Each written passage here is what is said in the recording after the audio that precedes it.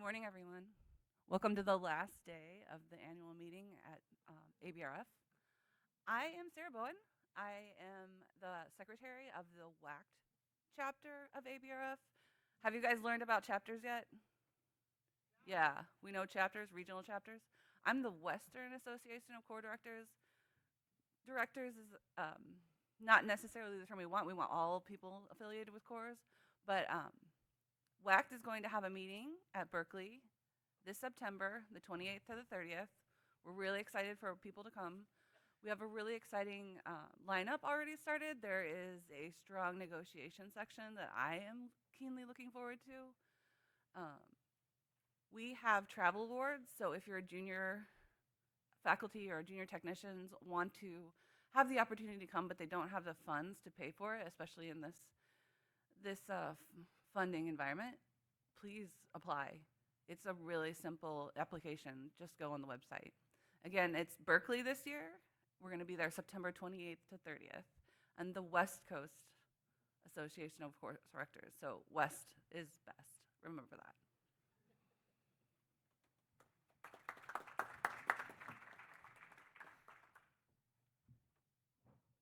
Hi. We all know why we're here. This is just a therapy session for us all. I'm sure we have lots to vent about. Actually, this is a session that has been, pardon? All right, therapy sessions at 1:30 in this room, so we're all early. So this is actually a session that I find greatly parallels our lives in core facilities, because we all start down one track and then we learn more and we start pivoting, and then we learn more and we start pivoting.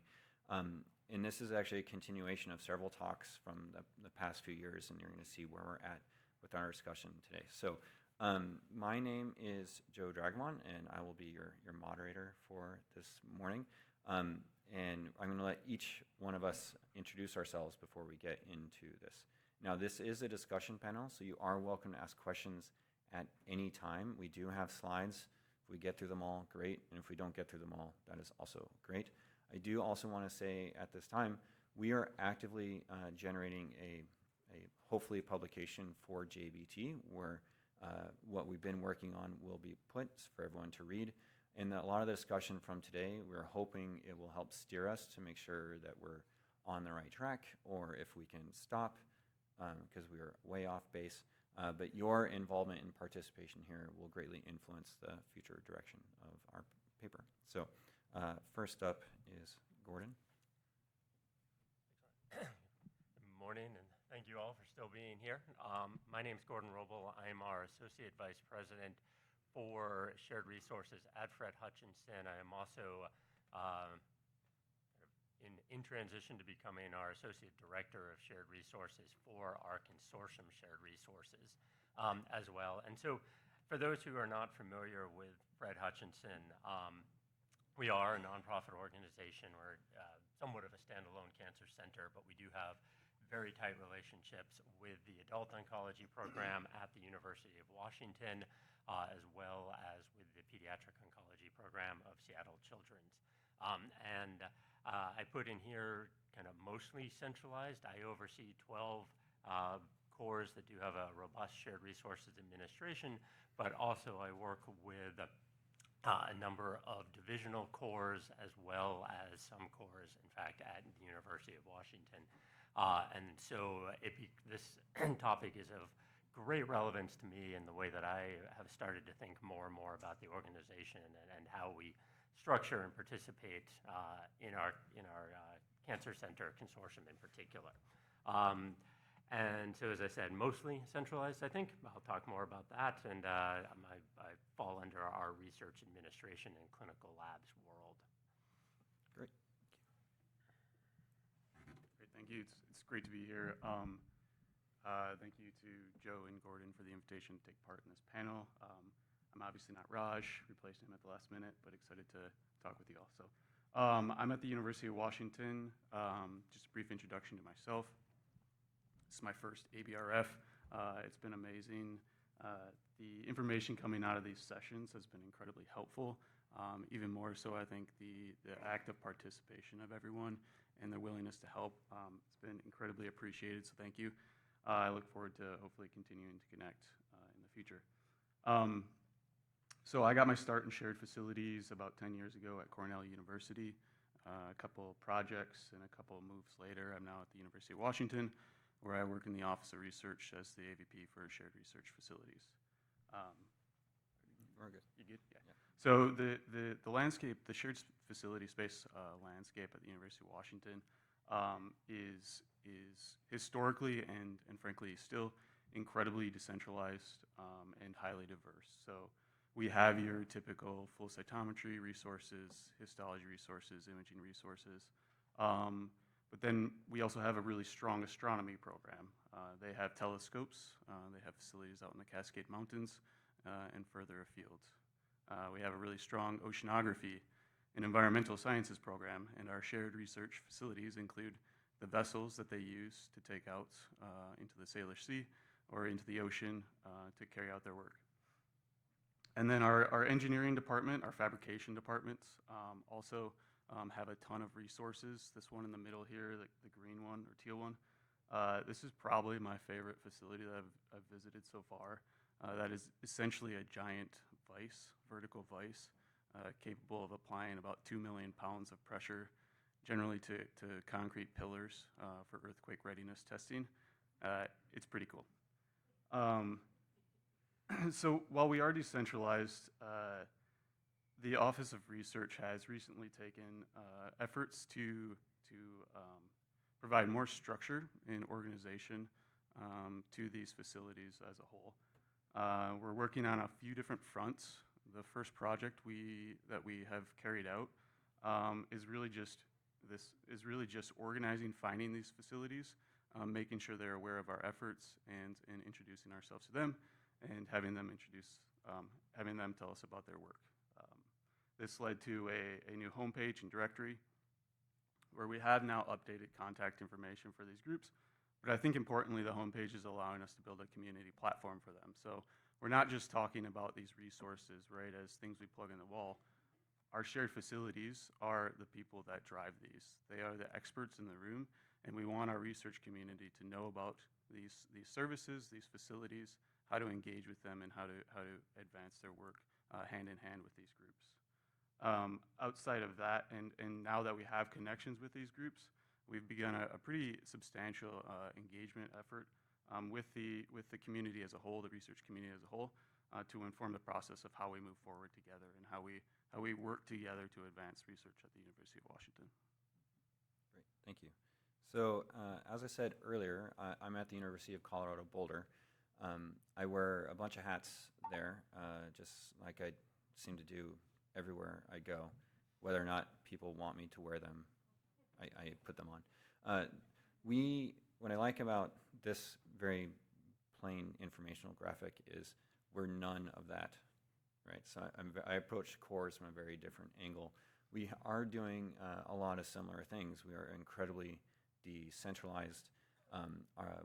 I helped put together the very first list of core facilities on our campus, along with another director of a core facility, Jamie Kirshner, who used to run our sequencing core. We literally walked around campus and asked people, like, where do you do stuff? And they're like, oh, there's this room downstairs. And they would show us, and we're like, who are you? And we had an open house event that was wildly successful. The vice chancellor for research at the time came and ripped the paper out of my hand. I was like, thank you, and walked off. So anyway, we don't have a medical school. We don't have a cancer center. We don't have a vet school. We don't have a primate center. We have a lot of buildings with students and researchers and people trying to get stuff done in a very ad hoc manner. And we are really putting in a lot of effort to revision how we support our shared resources, how to do this in a much more holistic manner and a strategic manner, instead of this is an important person, we should support that one person, right? So something that, you know, encapsulates us more, so building this community. We have 21 to 25 cores, depending on how you count. A lot of our cores, once they're starting to learn all the rules and regulations, are second guessing whether or not they want to be cores. which is just fine because you just have to work with how you have to work. Now, before I go on, I wanted to include this map, but I didn't. I actually predate both Gordon and Adam at the University of Washington and Fred Hutch. I did my PhD work at the UW, and I started working at Fred Hutch when I was 17 years old. So all their success is clearly due to me. And I also grew up 20 miles away, and my mom worked at UW. So anyway, as you can see, this is why I figured out this group is the only 3 people I know on this planet. So here we are. All right, so before going too much forward, everyone has their cell phones out. Please grab your cell phones. Awesome, great, because we want to learn more about you. Crowd interaction is important, so please start filling out the survey. In a few moments, I will be switching screens so we can actually look at the results of the questions. For the text questions, don't bother filling those out as of right now, just the dotty ones.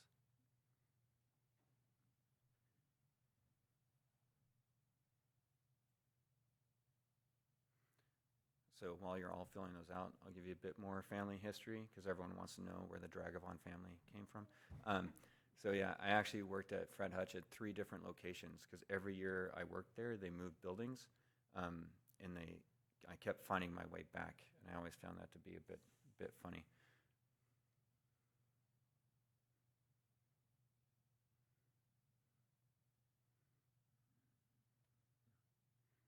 All right, cool. So I will pull up this and click on that.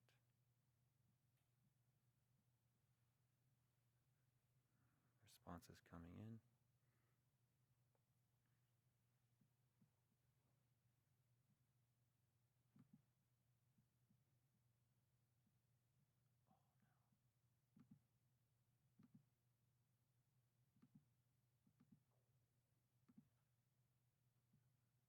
Well, I just broke that, so that's fantastic.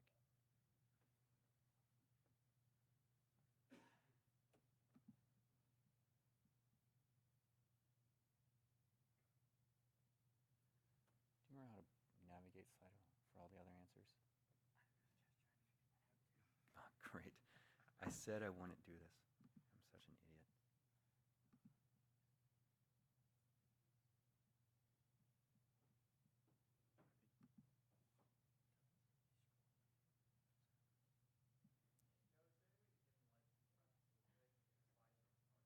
All right, I'll ask if we can. Gordon, we don't have Slido accounts. All right, cool. I knew. Here. There's no way to dim the lights in front. Yeah.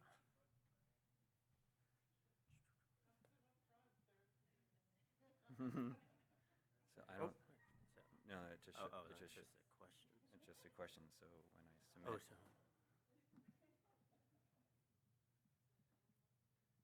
I mean, that's the most important question, right? Yes, that's right.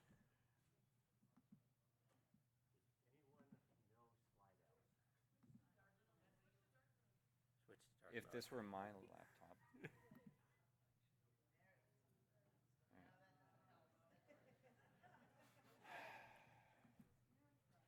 You tried. That's good. So this is why I always create my own Slido because you probably have to log in and Have to do something like that. yeah. All right. Okay. Copy joining instructions. All right. Yeah. Cool. All right. So our first snafu of the day. We'll figure out who you all are here in a second. I'm just going to do it this way because it is much easier. Because I did the wrong thing. I didn't make it, so I can't log in and see the results in real time. So we'll just switch. All right. How many of you are a state or public university? Raise your hands. Awesome. How many of you have a hospital or med school? All right. Very diverse crowd. All right. We'll skip the others because I don't care. I do care. I care for time. Right? But we had the majority of people. So how many of you are at a freestanding cancer center? Let's all be inclusive and complete. All right. There's a couple of you. How many of you are at independent research institutes? There's more than I thought. Someone voted themselves twice. All right. And then how many are at a private university? Great. I like how you actually naturally clustered. You must know who you are. I think that is absolutely hilarious. Everyone else is all over, and you're like, us private people, we're going to... And I would have missed out. Like this, see, this is way more interactive and hilarious. All right. How many of you are like manage one facility? Good number of you. How many of you oversee sort of multiple cores? Great. How many you use shared resources? I'm assuming. Yeah, I like it.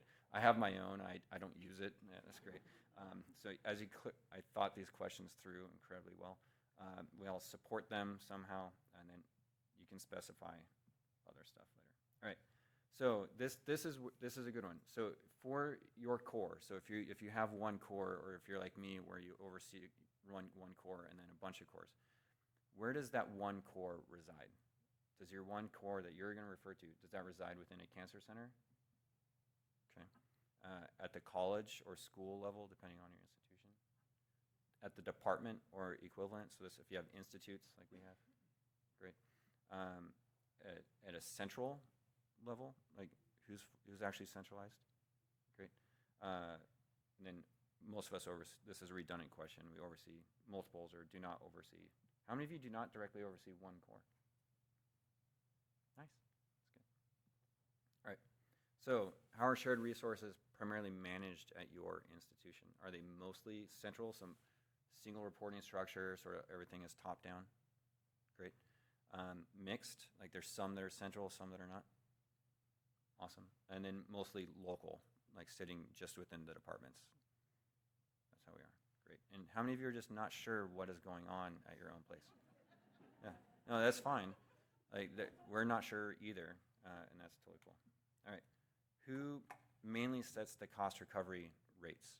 Is this done centrally, like the central office determines that? Great. So that's not approving. Let me clarify. That is not approving the rate sheets, but saying this is what you will charge, or your recharge structure, right? So not approving the rate sheets. Who sets your recharge? Like who decides the amount? Yeah, who calculates it? Yeah. Exactly. Cool. So I'm assuming then we're mostly local setting those, because that's where the impact is. That's fine. I'll edit the questions. Like, it's fine. It's like when we vote for my image competition, I count all the votes. So it's whichever one I want to win. All right.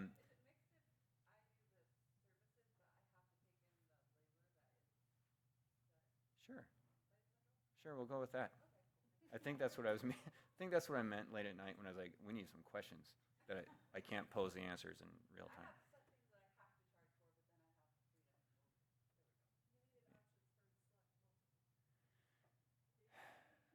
Thank you. All right. All right.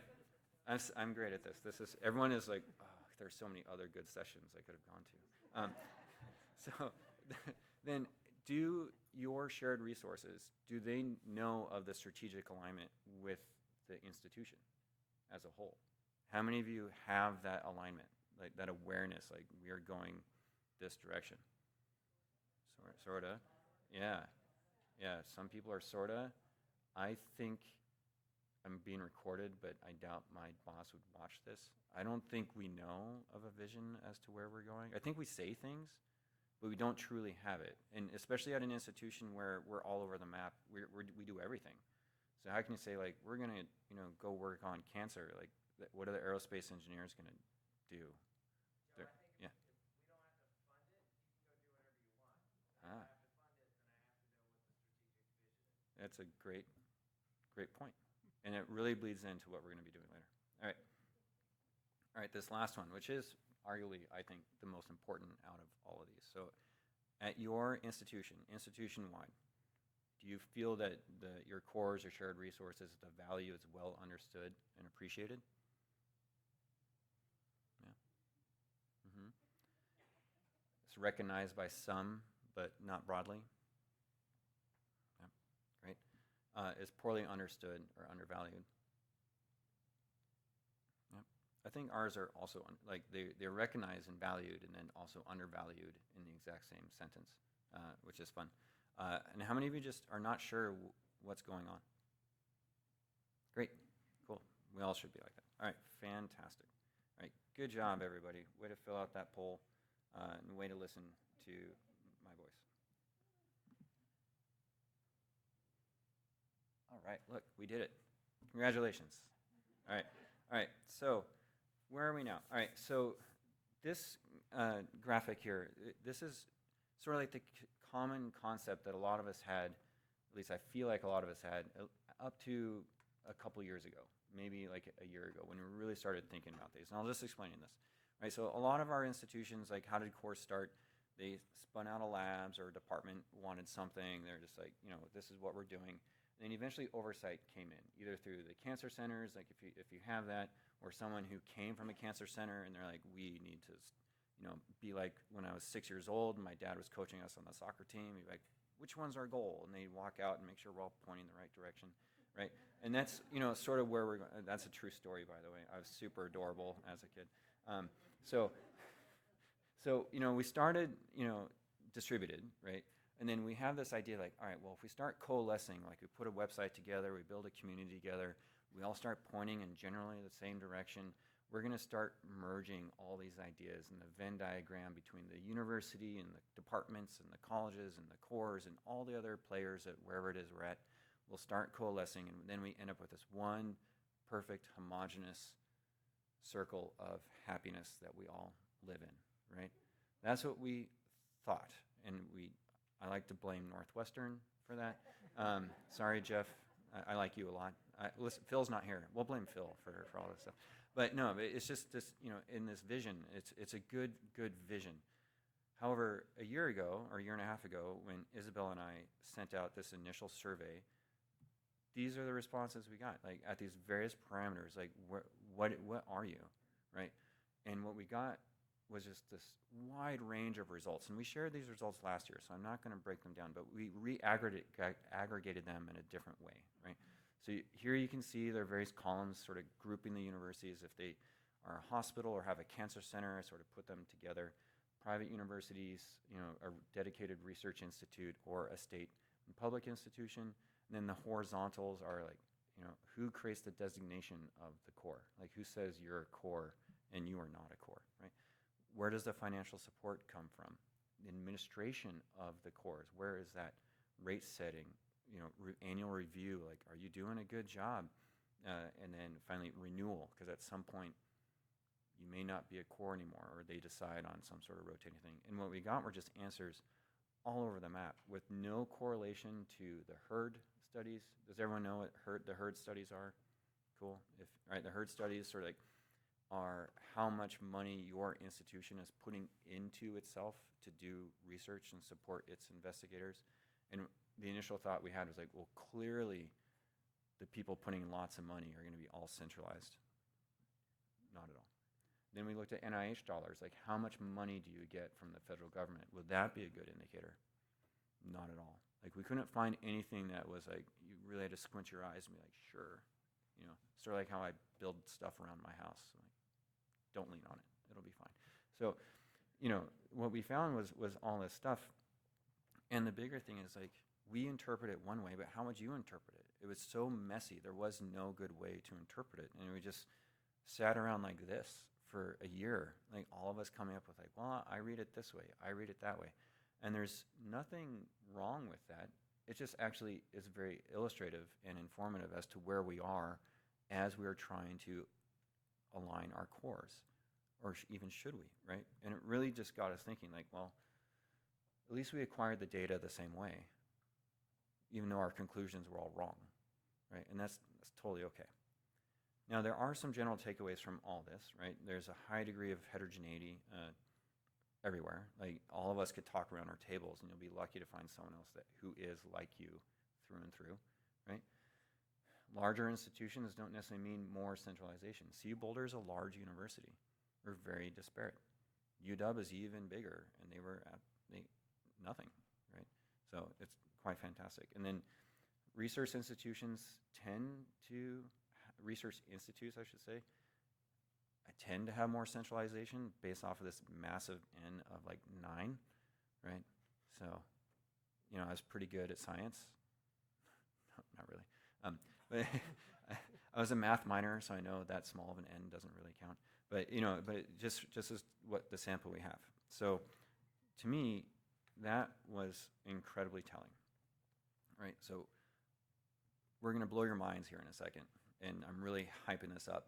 So please, when you get to the blow in mind part, contain yourselves, right? So we also have like this visualization of how things should look, right? This classic centralization, this monolithic, top-down, like very little leeway in what it is you do. This federated model that is super mixed, like some influence from the top, setting the guardrails and then letting you do what you need to do, as long as we're federally compliant and you're being fair and equal and doing all that good jazz. Maybe a little bit of money in there to incentivize you to do that, or super distributed, where you are where you are and they take care of everything and they sort of set the rules and no one's paying attention, right? So that was our understanding and our thought process. Gordon? So I did the easy part. I'm glad of that.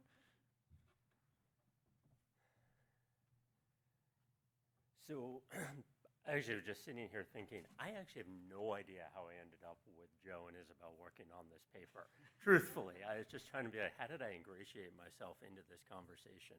I felt a little bit like the 92 vice presidential debates where I think Admiral, I should forget his name, sitting up there going, what am I doing here? And I'm going to do my best to do the justice of these concepts that really I want to give a lot of credit to Isabelle for developing these things out. And unfortunately, she was unable to be here today. But I think what we're looking at from this is meant to demonstrate a pivot. It got edited earlier on because like, why is Gordon creating wackadoodle slides at 1 o'clock in the morning? But what we're looking here is trying to come up with that original concept where we've got all of our kind of shared resources, hopefully living pretty happily in their own existences. And how do we not have to force them into a administrative concept, potentially one of those silos that Joe just showed, but come up with a new model of really looking at kind of what is our interoperable connectivity. So I think the pivot that we're thinking about in this case is going to be who owns the course, what is that administrative structure to, kind of what are our outcomes need to be, what is our design principles, how do we fit into the ecosphere of research at our institutions. So I think one of the terms that we've come up with thus far is something called alignment without uniformity. And so ideally what our new model that we're looking for is an institutional framework that our cores are interoperable.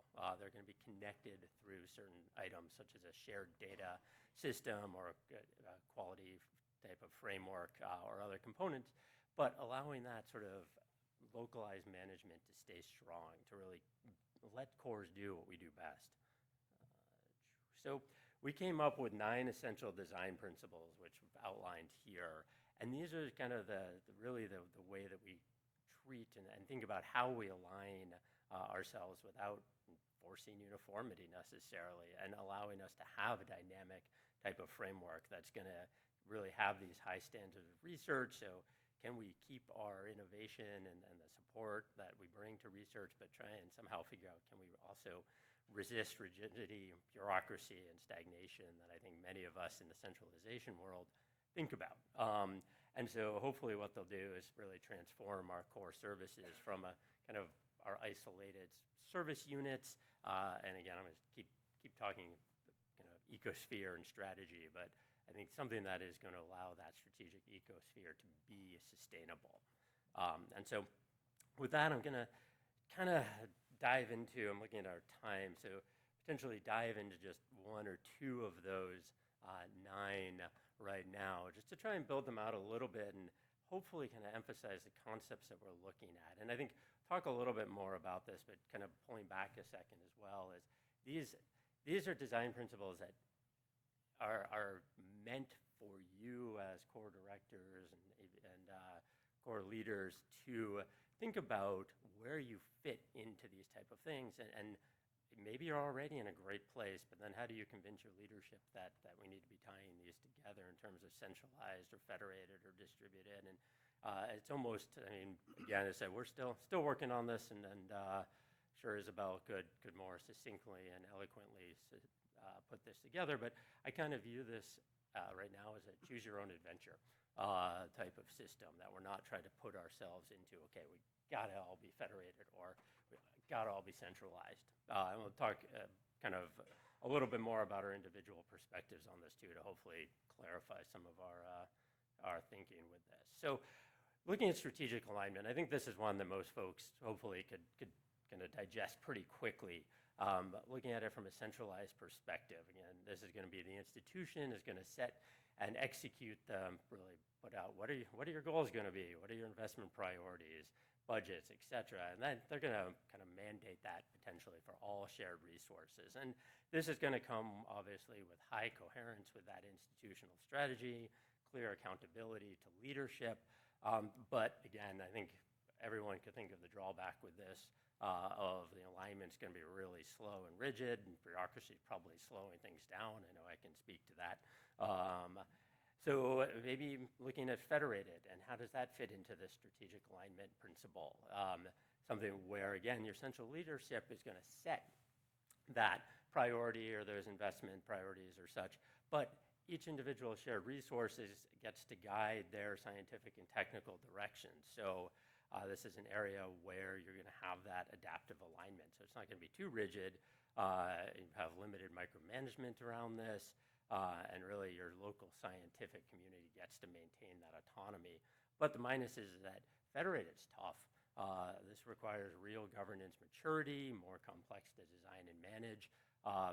And then similarly, when we look at a distributed, again, I think many folks are very familiar with this, is that really it's the wild, wild west, as it were, where local priorities are set.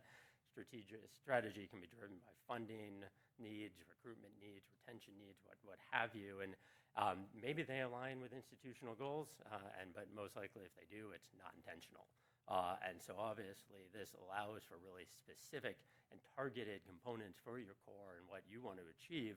But it comes with a high risk, and I think many of us fight this type of thing, of duplication or redundancy of services or other component, and definitely strategic blindness, which can come back into a different kind of silo than the three silos Joe's just showed. So I don't know, I think in the interest of time, because I really definitely want to get into a lot more discussion, just put these up here, but I think I think one of the things that we're really aiming for is that most of this is hopefully things that you've thought about and just maybe not have the terminology or the concepts around, and that hopefully we're providing a framework to really start to make you choosing your own adventure a little bit easier. So going through here, and so here's just the rest of those design principles at this point. Again, hopefully we will get these onto paper at some point in the near future. But happy to discuss these more during the question and answer and discussion session as we go forward. So sort of what I said, like each of us are going to give a little bit of perspective on how we're trying to use this. And again, as I said, spoiler, we're all still working on this right now. So what works for your shared resources, for your institution? And so I think, again, as I said, choose your own adventure, maybe better to say kind of a roadmap in order to try and create some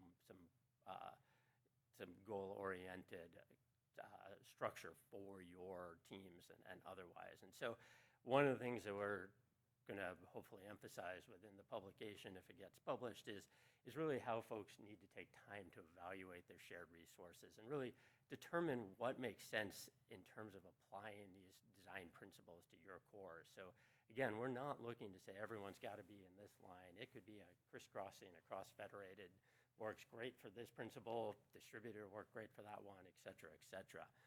And so really understanding and asking you to kind of review your core context and identify areas where your goals may not be being met or could be better met through some of these kind of quote-unquote structural improvements here. So I want to come back to Fred Hutchinson Cancer Center. And again, seeing kind of this initial slide here, but one of the things that I wanted to reemphasize with this slide is that as a cancer center that is supported in part by the CCSG, so a P30 grant, I don't know, many of you may be familiar with that, some maybe not, but there is actually a line specifically within the application application which says centralized shared resources that provide access to technology services and scientific consultation that enhance scientific interaction and productivity. So the word centralized is actually almost in our mandate. But that said, I don't think that I can call kind of what I do as overseeing a completely centralized entity, especially, as I mentioned, as part of a consortium with the University of Washington.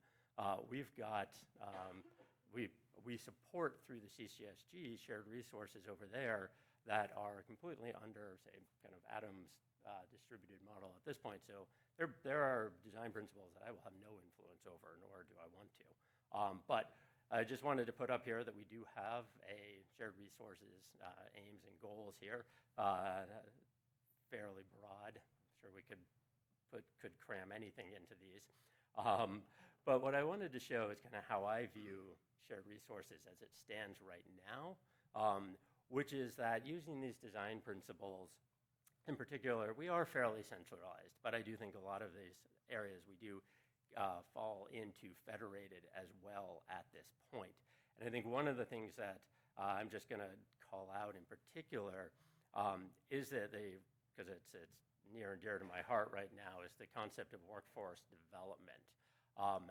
And whereas if I were to start continuing to conceptualize this and to figure out how I may use this to go to my leadership and talk more about these areas and kind of what I hope to have, and then as you can tell, like, I'm still figuring out how to use this, so we don't have answers. We're looking for the conversation right now.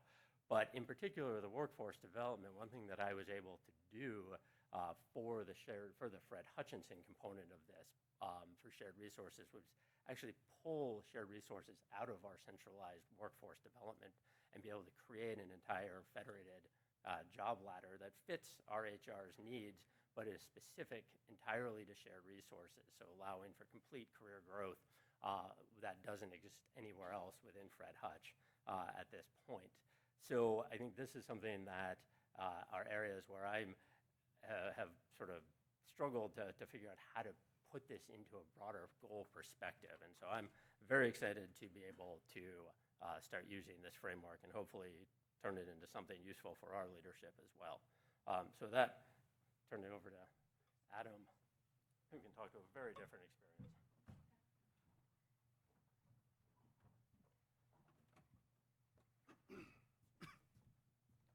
So I just have one slide here to discuss where we are and how we're thinking about this. We're not at the point where we can fill out that chart yet.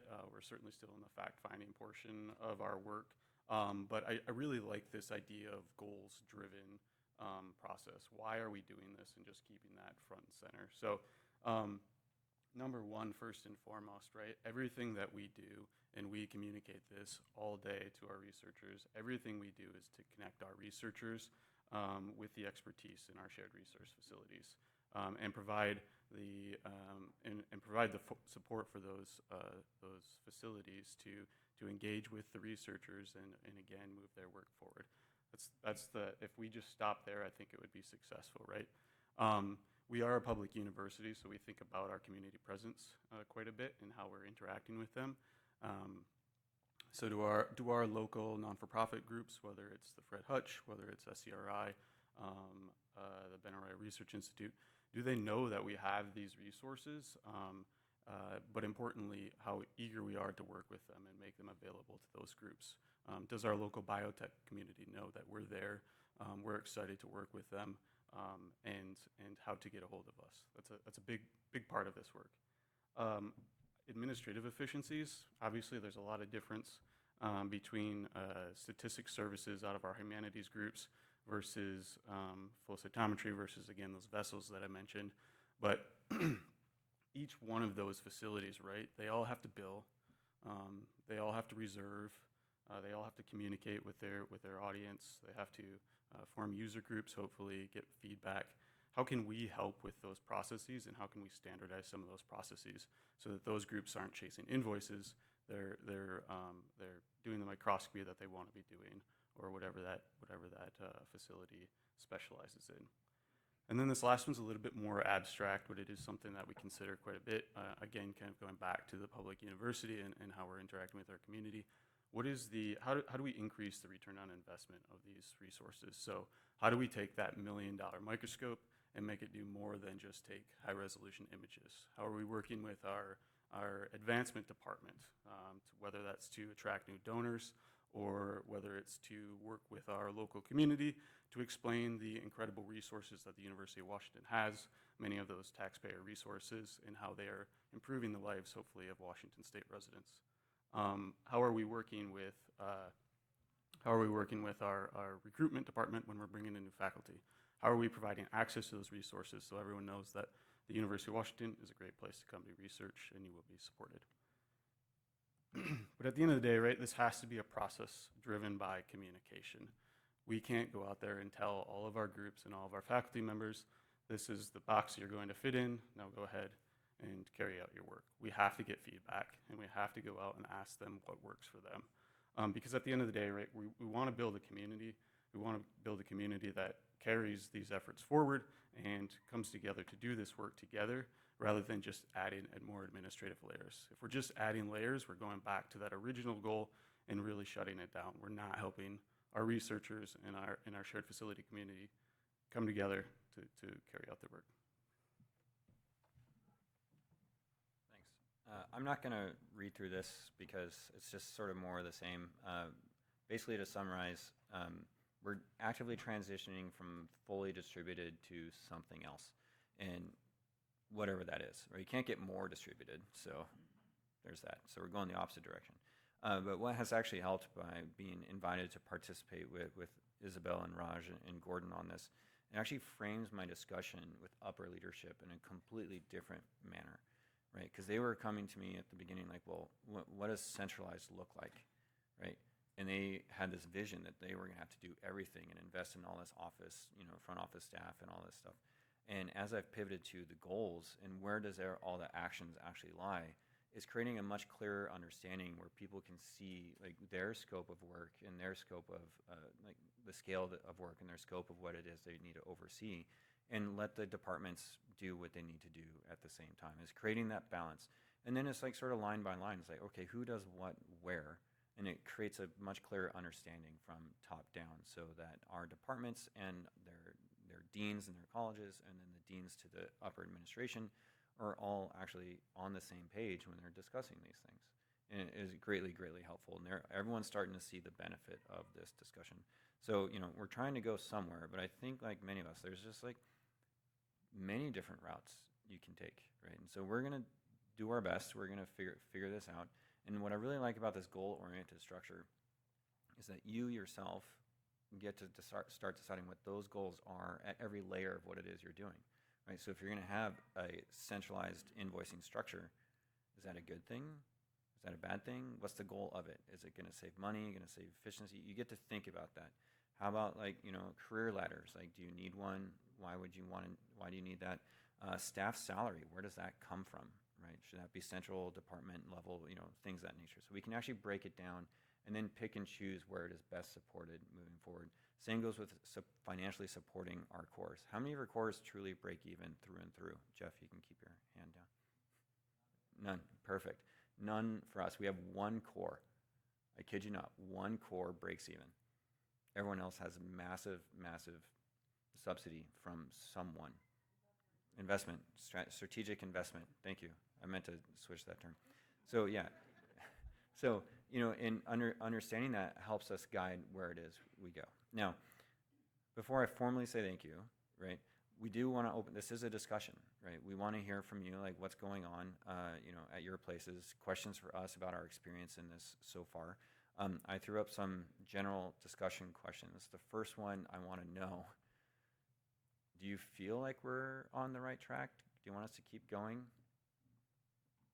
Awesome. Look at all those hands. We should really take a photo of that. Dear Isabelle, I nailed it. All right. So with that resounding raise of hands, we'll keep writing this up. There are microphones. If George, I know you like to just yell. So there are microphones if you have questions, comments, anything about that nature, about any of these or any other question. I just didn't want to have a blank page. Well, let Jeff go up to the mic first, then you can yell.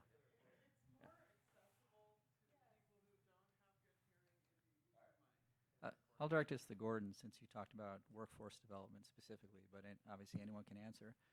So we implemented a course track at Northwestern, and there were some early challenges with the salaries and things like that. But the one thing we've really struggled with is that the pathway starts at staff, but a lot of people wanted to go to faculty.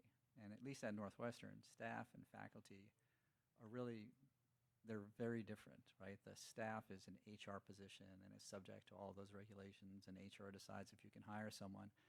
Faculty has to be in a department, which means a chair has to say, okay, I'm willing to have this person have a faculty appointment, even a research faculty appointment where the commitment is fairly limited. They have to agree that they want to do that. And so it kind of moved from someplace that we could have some influence on to someplace we would have much less influence on. How did you, or did you navigate that sort of chasm? Yeah. No, so one thing that is very defined at Fred Hutch is faculty or faculty. Shared Resources has no faculty positions within it. So I don't hold a faculty position. None of my directors hold faculty positions. And so to that end, what basically we were able to do is to work, again, and everything had to work within HR and making sure our rules and everything were followed, but we created a development track that you could start as a shared resources technician, build into a shared resources specialist, work from a specialist up to a specialist 3, at which point, depending on your career growth, et cetera, could either pivot towards a management track, which could lead you up to director, senior director, et cetera, and or a continued individual contributor, which could move you all the way up to a specialist 6, and that's so a sort of the very much the equivalent of someone who probably has a PhD training. And in fact, we do have a parallel track for folks with PhDs who are non-directors within shared resources if they want to go that way of a shared resources staff scientist, senior staff scientist, and we're working on a third layer once we get money back. So it's something that, but there's to date, and again, I'd love it become centralized again, but to date, there's nothing else sort of equivalent with anything of the labs or otherwise. They kind of have tech 1, 2, 3, and then maybe principal scientists or things like that in there. But ours are all now delineated with specific job requirements, and they all kind of match one another across the cores. And ideally, the main purpose I put it in for was so that if someone made a career out of Fred Hutch, they could become a director without ever having gone through an MD, PhD, et cetera, type layers. So I don't know if that answers your question, but it is something that has become novel for us.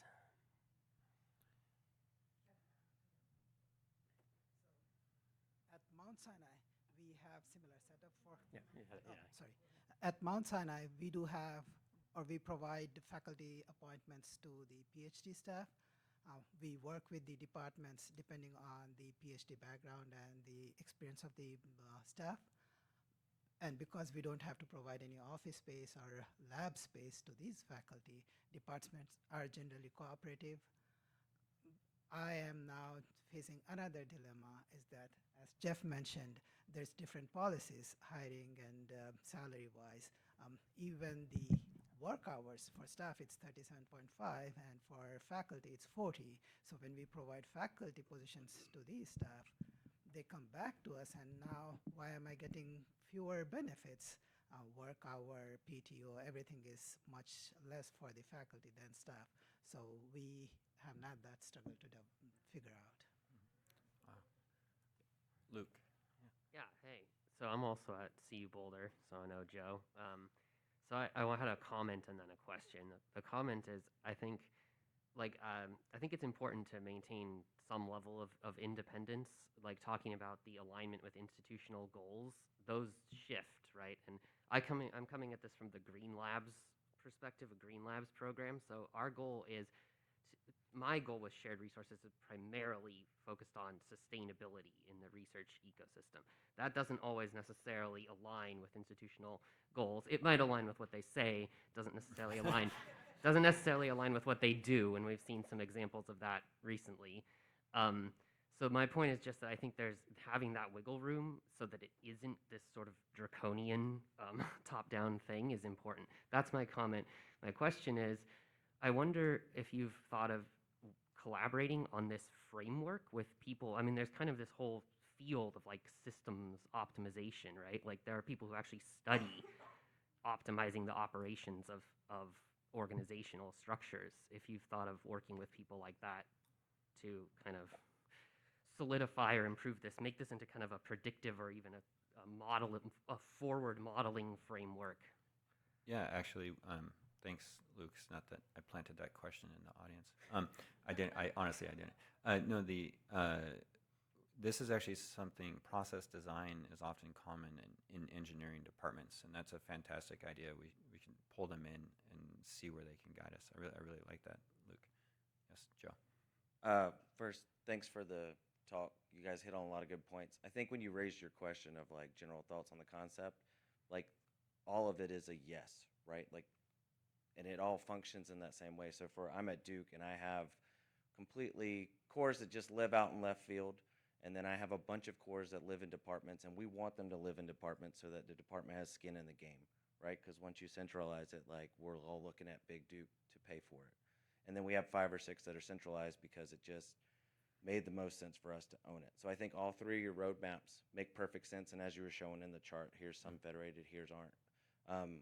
But also at the same time, my institution's completely different than all 3 of what you guys pitched right there too. So I think you have an opportunity to show everybody where the paths go as you kind of grow or centralize or whatever it is that it is, and maybe it's not that there's one right answer. The other thing I would add, there was just 2 things that I've learned along the way that I think would help for you as you guys are kind of like going through whatever stage you're at this process. If you're at the very beginning, about 10 years ago, we worked with our cost compliance office and had them pull every charge out of the system that they thought looked like a recharge. And that's where our dog and pony show went to try and find out, oh, are you a core or not? What are you doing? Like, why are you getting money back, right? And then the second thing is getting that word out to everybody. 2 things that worked really good for us was we used to do a core day before COVID. So all the cores would come and talk about what they do, but we would give away vouchers during core day. So you had to be sitting there and we would raffle off 1,000 here, 2,000 there, and you could pick the core that you wanted to go use it at. And magically, thousands of people want to come sit in the audience and listen to these talks because they got a chance at getting a little bit of money. And the second thing is we have during our kind of hiring process, anybody that comes in that they think they might do science, during that first kind of sit-down interview as they learn about what's at Duke, we pitch them a flyer about here's all the cores and here's the website and here's how you can get to them. Selfishly, it's mostly School of Medicine because I don't really have that person like me on the campus side, but ideally in the future it will be all of those. And you'll be able to get that in front of somebody right out of the gate, so they're thinking about it as they start their science. So before you go, I just wanted to kind of push a question back to you. With the current structure at Duke, is leadership happy? For the most part. So, The reason I hesitate is we've had the most turnover I've ever seen in 16 years at the leadership level. Like the dean is the same, but like our dean of finance, 6-month new, our controller's 9-month new, our VP, our vice dean of basic science just took the provost job at Boston College. He's gone in 3 months. Like, I wish I could give you that answer, but at the same time, I think we overall feel pretty good about where it's at. yeah, so, and the reason I ask that is because I think you provide a fantastic example of having a system that could work for having well-organized distributed cores, some centralized, some federated, and how that creates that goal-oriented ecosphere, even if it's not necessarily something that's recognized, but it could help. I mean, what our hope is, and maybe I'll get this right, is that you can use this kind of descriptor to say, hey, look, we're actually shared resources doing a phenomenal job, and it works for us. Like, don't try and change us. Type scenario. I wouldn't want us to change. I think we're like this close. It always feels like this close. And again, the last 18 months, we're still as close as we can be, right? But I think having the departments own most of these cores, when when they come to us and go, hey, I'm not getting support from the department, that's a huge conversation for us to have, because it's either, why are you here? Or another discussion of, you are integral to Duke, and now we got to figure out like what we need to work with your department to make them understand that, so that you get the support you need. Oh, cool. No, that's great. And I'm glad that you get in with faculty recruits. I think that's one of the most important things shared resources can do. George. So first of all, you guys are doing a great job. I'm really glad you brought up this whole topic in this session. In regards to core facility career tracks, for us it took about a 3-year slog with HR to finally get one approved, but it certainly has a huge amount of positive impact. But that's for staff. In terms of faculty, that's working with faculty affairs. But also, since any core director who has an academic appointment reports to their department chair in terms of their academic career, there really needs to be a personal relationship with whoever's in charge of all the cores and each of the departmental chairs, so that they're fairly evaluated. If they're 90% of their effort as a core director, they shouldn't be evaluated as an R01 funded investigator, how many times they're an anchor author or the main PI on a grant. And that's the type of relationship and the kind of agreements that we're trying to pull together. In terms of, I love your federated, siloed or centralized type of structure here. I think it depends upon who's the intended audience of the core. It could be departmental, it could be the full university, it could be as a regional shared resource. And we have cores that are national resources, and the major use is from outside of the university. So it really depends. But even if it's a departmental core and you give the administration of that core to the department, that department is getting money normally from the central administration, from the provost or some type of, or the dean of the medical school. So they need to know how those cores are actually operating.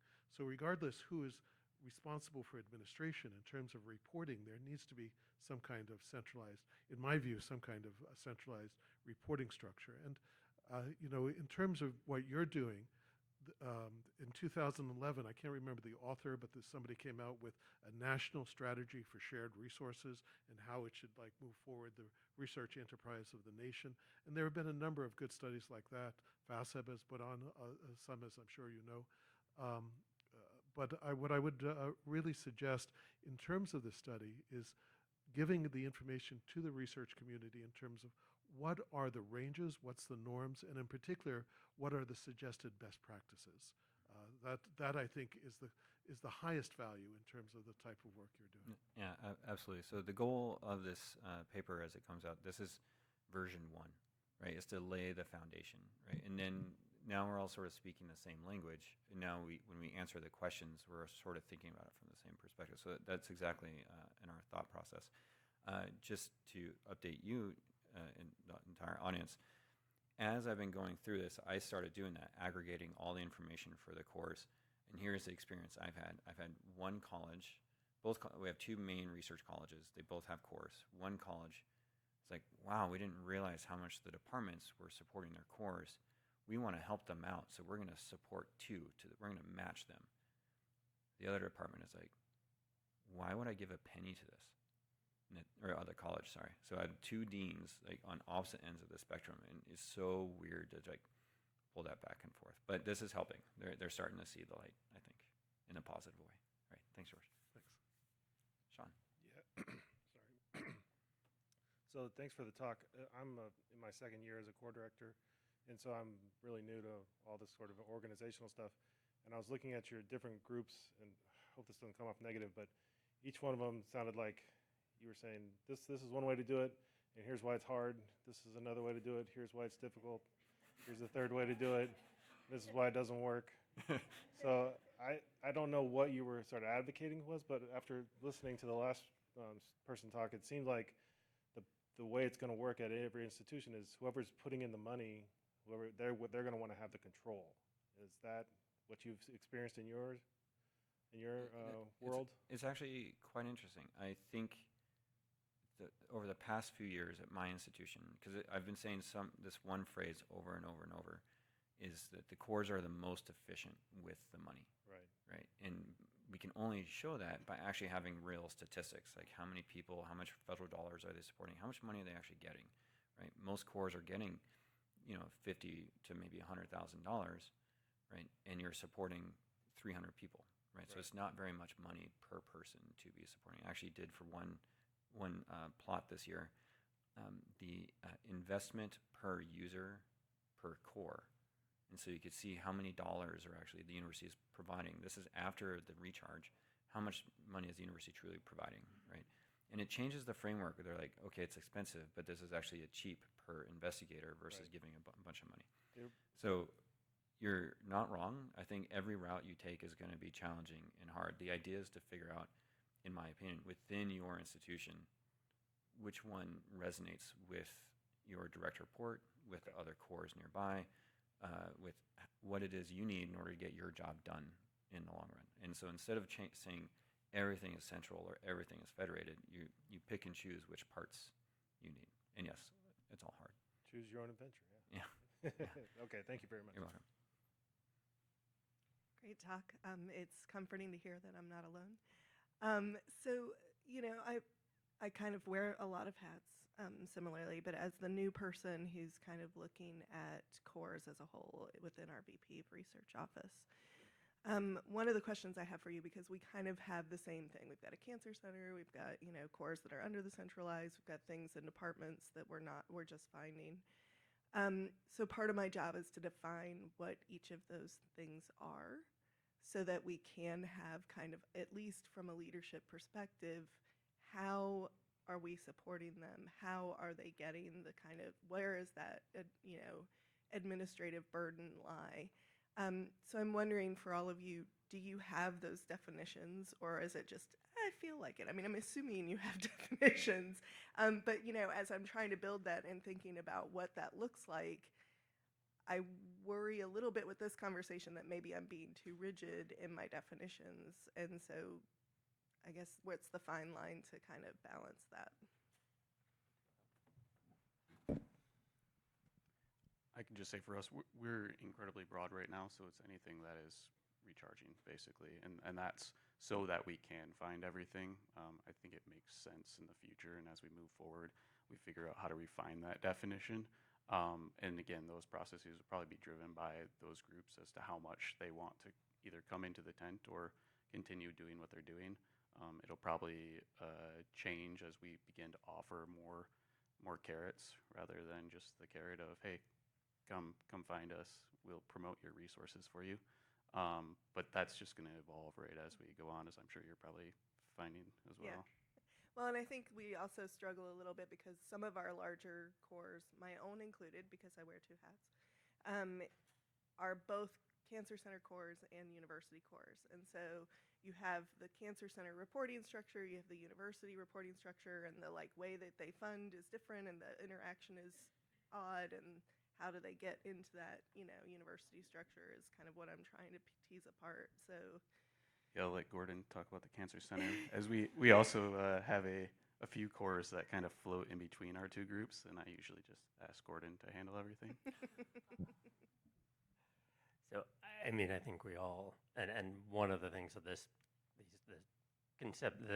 paper concept has brought home to me is that for our cancer center, the one sort of Fred Hutch shared resources that, yes, very well defined, delineated, very easy.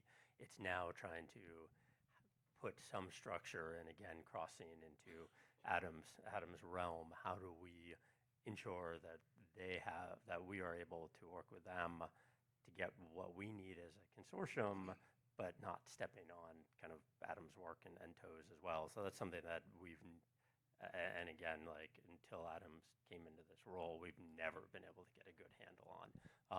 But then we also have various shared resources that kind of spring up, and now trying that, for better or for worse, I'll call cores, and rather than shared resources the way they exist.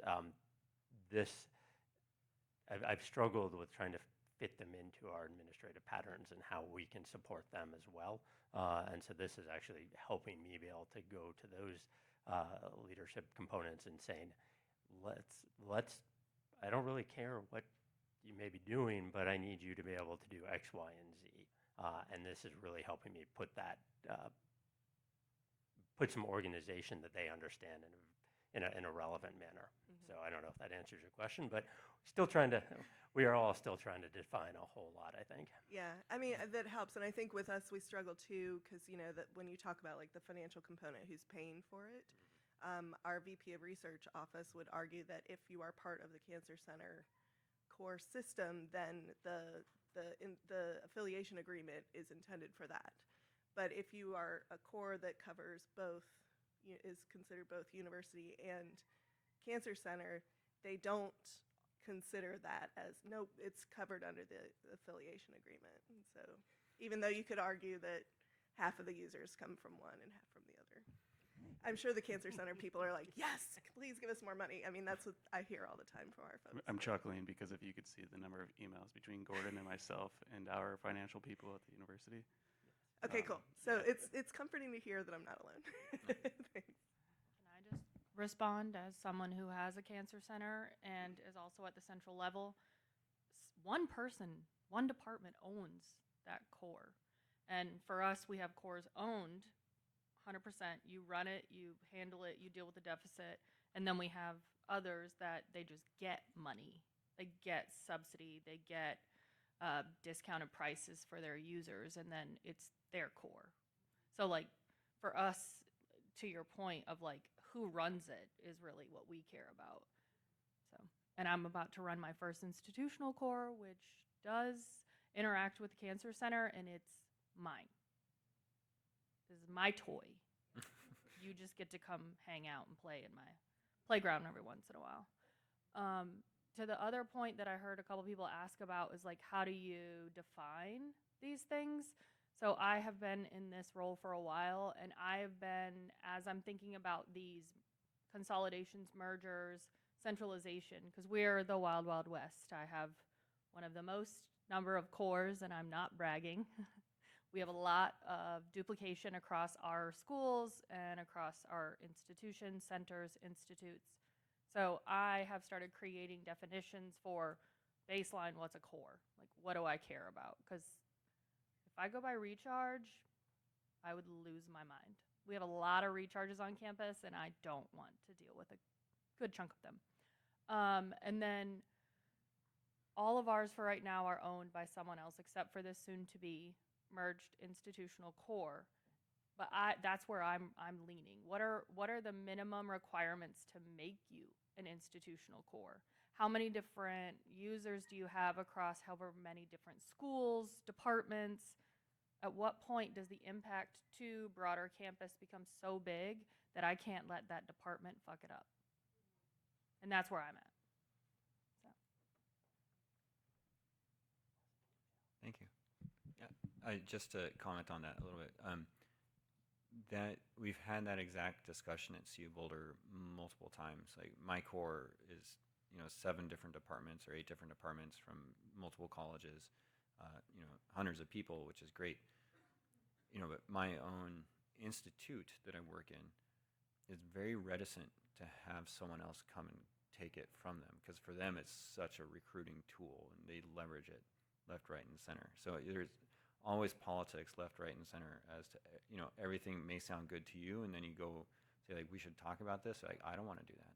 Like, for example, one of the ideas I had was to hire a person to sit in the central office to process all the invoices for the course.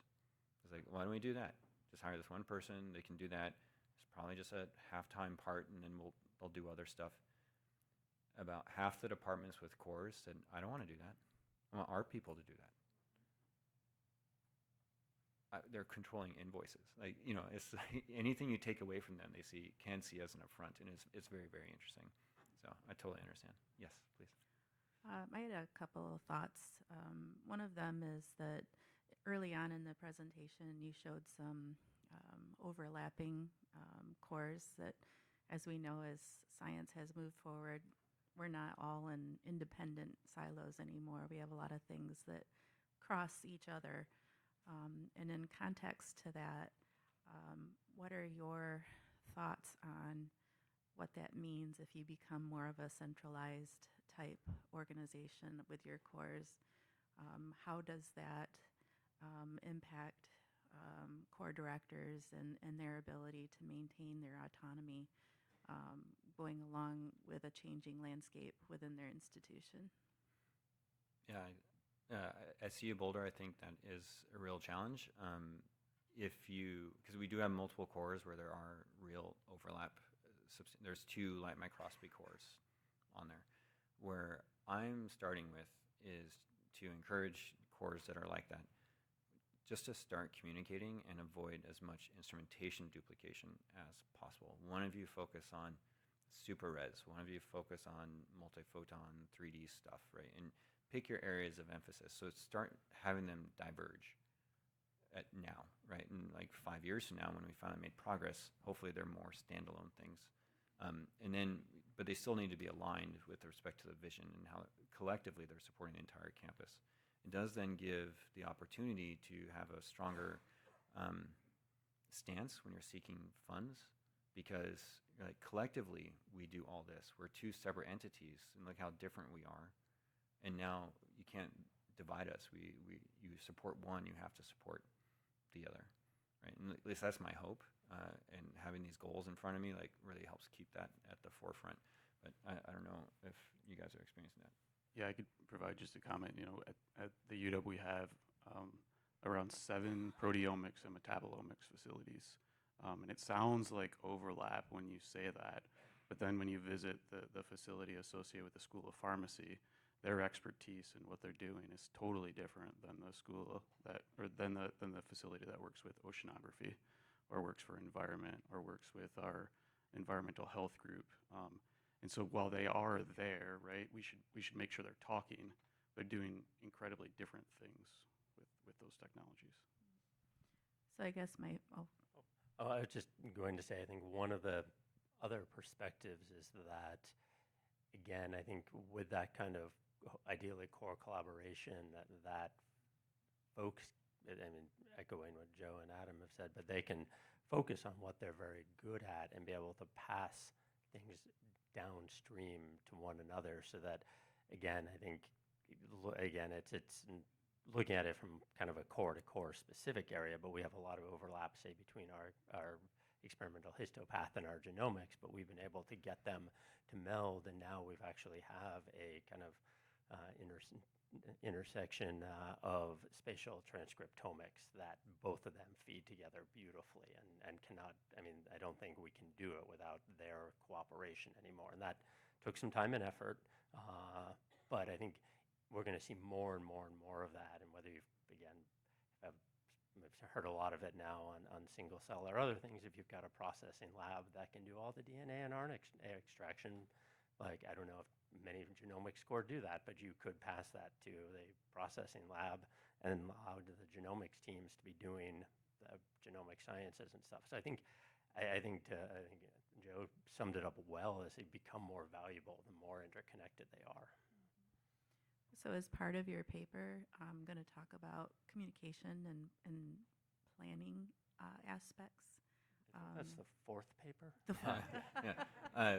We as part of the paper are, everyone has future directions. Like I said, if we wanted to encapsulate everything, we're going to write a book, and I don't want to write a book. So we're going to get things started. We're also always looking for volunteers to help us write future editions of this paper. So thank you for volunteering. I delegated. Thank you. Yeah, good. Yeah. So yes, we will talk about these things. We'll allude to them in the paper, but to address them all would be too much in one go. So we are at time. We're actually probably over time now. Thank you very much for coming. We value all your feedback. Please reach out to us. And I wanted to point out one last thing. You never stop learning or observing. I noticed today during the presentation that car is sitting on top of Boulder. 100%. I didn't even put this slide. Yeah. You did? He did. That's his fault. I didn't even notice it till right now. All right. Anyway, thank you, everybody. Thank you for coming.